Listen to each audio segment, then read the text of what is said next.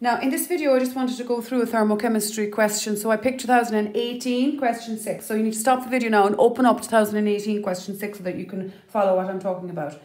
Now, the first part there is on explaining the underlying term, and they've underlined fractionation of crude oil. Now, fractional distillation is a separation technique. So you're going to have to say that the crude oil is a mixture of hydrocarbons and that it's separated based on the components' boiling points. So you've got loads of different mixtures or components of mixtures in the crude oil, and based on their boiling points, they're going to be separated. And then that's what you call fractions. As you separate the crude oil, the different components come out as fractions. So mentioning separation technique and based on their boiling points, that's how you separate the different components in crude oil. Now the next thing then they asked you, the two major components of liquid petroleum gas, with butane and propane are your two components. And I didn't ask you there, but you'd also need to be able to abbreviate LPG, liquid petroleum gas. Your revision book is actually quite good in this chapter, so really need to look at that now during the week. Why is methane ethyl mercaptant added to natural gas? Well, mercaptants are added to give the gas an odour so that you can detect a leak. So for safety reasons, to be able to smell the gas if it's leaking. Now, the calculation now is what we need to get onto. So they asked you in the question to calculate the heat of combustion of methane ethyl according to this equation. So this is what you want. So remember now, last year we would have put a box around the equation that we wanted and you write want next to that, okay? Now they gave you information in the question. The first piece of information they gave you was the heat of formation of methane ethanol. So CH, right, okay? Now remember we would have said to keep the arrows underneath each other, and they gave you the value there of minus 22.8 for the heat of formation. Now watch your definitions. What's heat of formation? Heat of formation is the heat change that occurs when 1 mole, you can only form or make 1 mole of the compound. Now look at the capital letters. That will tell you the elements that are present in the compound. So what capitals have I there? Well, I have carbon, I have hydrogen, and I have sulfur. They're the 3 capital letters that I have. Now, will you please watch the diatomic elements? So you're watching for oxygen, nitrogen, hydrogen. They're the more common ones. So I straight away have to write H2. Sulfur is not diatomic. Carbon is not diatomic. The diatomic ones, hydrogen, oxygen, nitrogen. They'd be the most common diatomic ones. So you need to try and watch for those. So that's, now, is it balanced? You need to check nextly now if it's balanced. Well, I have 1 carbon atom here and I have 1 carbon atom here. I have 2 hydrogen atoms here, but look, I have 3 and 1, that's 4 there. So I need to put a 2 in front of that. I have 1 sulfur, so that's fine. So that's my equation 1 used. Then they asked you also to use the heats of formation of carbon dioxide, water, and sulfur dioxide. So I'm just going to write them all there for a second. Now the value for carbon dioxide is minus 0.5. This one is minus 8, and minus 296.8. Okay, so I need to come up with the rest of those equations now. Now carbon and oxygen, you're very familiar with those. So you're just going to write C plus O2, and that's balanced.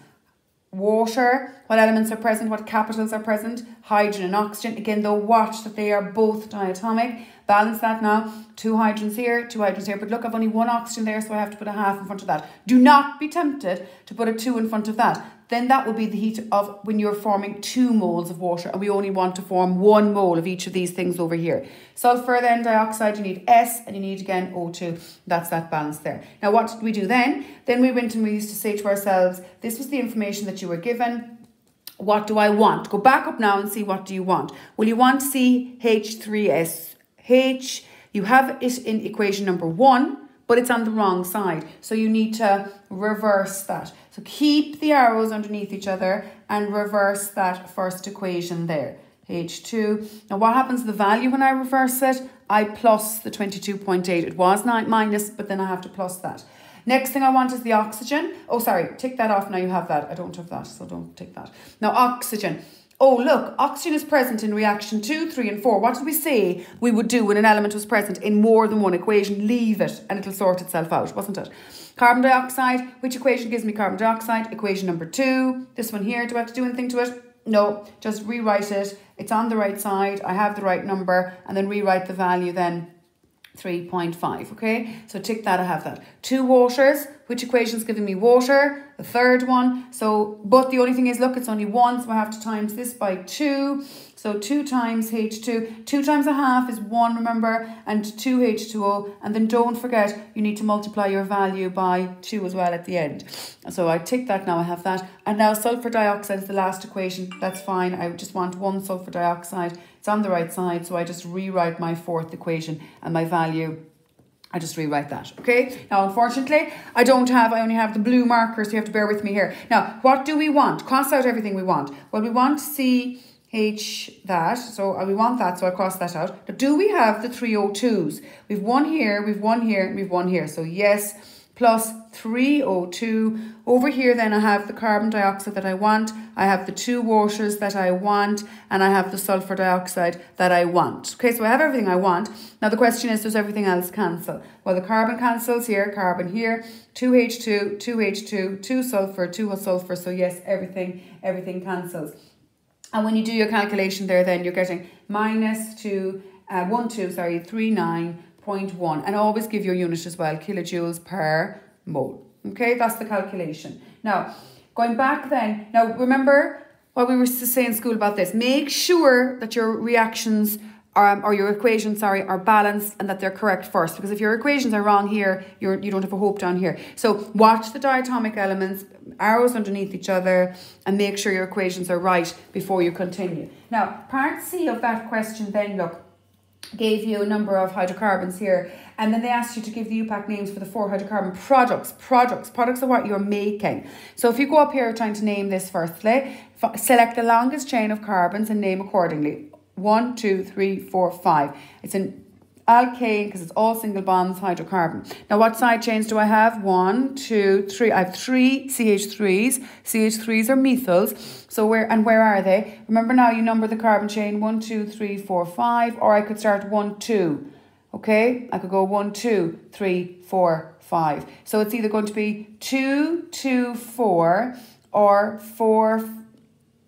So sorry now, it's either going to be 2, 2, 4 or alternatively it would be 2, 4, 4. So 2, 2, 4 is lower, isn't it? That's the way we used to do it in school. So that top one there is 2, 2, 4 trimethyl pentane. Okay, this one here, count them 1, 2, 3, 4. So for that one there, that's just 4 carbons in a row like that. So that's butane. Now be careful with this one. I'm going to draw that one out there. CH3. You should draw them all out, by the way. CH3. Okay, so CH3, CH2, CH2, CH3. Sorry, that one is butane, isn't it? Sorry, that one is butane there. This top one here, so that one is butane. When I draw out this top one here, CH3, CH2, CH, look, you've only one CH and a CH2. So what do you notice here? So I'm going to fill in my H's here. Now, what do I notice? Okay, the valency of carbon is not satisfied here, so I have to introduce a double bond. 1, 2, 3, 4, so but-1-ene. Remember, you number the double bond where it starts, the carbon from which it starts. So that's but-1-ene. And over here, then look, I see the benzene rings, and I see C2H5, so it's ethyl benzene. Okay, so that's naming all of the hydrocarbon products there. The next thing you're asked to identify process B and C. Now, remember the 4 processes that happen in oil refineries to increase octane number. You have isomerization, catalytic cracking, dehydrocyclization, or adding oxygenates. And I would have tried to explain in school to you, a lot of people mix up isomerization and catalytic cracking. Isomers are forming other structural formula, so the same molecular formula, remember, but they have a different structure. So if it's isomerization, you will only have one product formed. You're just kind of changing the structure of the compound, but it's only one compound that you're making for isomerization. So A here is isomerization, okay, one product. You have 2 products here, so B must be catalytic cracking. Okay, because you're breaking it in half. You're forming more than one product. So if you have more than one product formed from a process, catalytic cracking is your answer. If you just have the one product formed from the hydrocarbon, then isomerization is your answer. Now what's going on here? You're removing hydrogens and you're forming a cyclic compound or cyclic structure. So C is dehydrocyclization. Why are these processes carried out was the next question. To raise octane number, or you could say maybe something like to reduce the tendency of a fuel to auto-ignite, or reduce the tendency of a fuel to knock, something like that. And then finally in that question you were asked, petrol, it says, typically contains 5 to 10 carbons, whereas diesel contains 14 to 19. Would you expect boiling points of petrol or diesel to compare? You'd expect diesel to have a higher boiling point. Why? Because it has more carbons in the molecules, and if it's got more carbons, then it's a heavier molecule. It's got a higher relative molecular mass. Remember, two things will determine boiling point: the size of the molecule. The bigger the molecule, the higher its relative molecular mass, the larger its boiling point, or type of intermolecular force. Now, both of those would have van der Waals because they're both hydrocarbons. Petrol and diesel would be hydrocarbons. So they both have van der Waals forces between them. But diesel has a higher boiling point because the molecules are bigger. So it's greater relative molecular mass. Okay, thank you.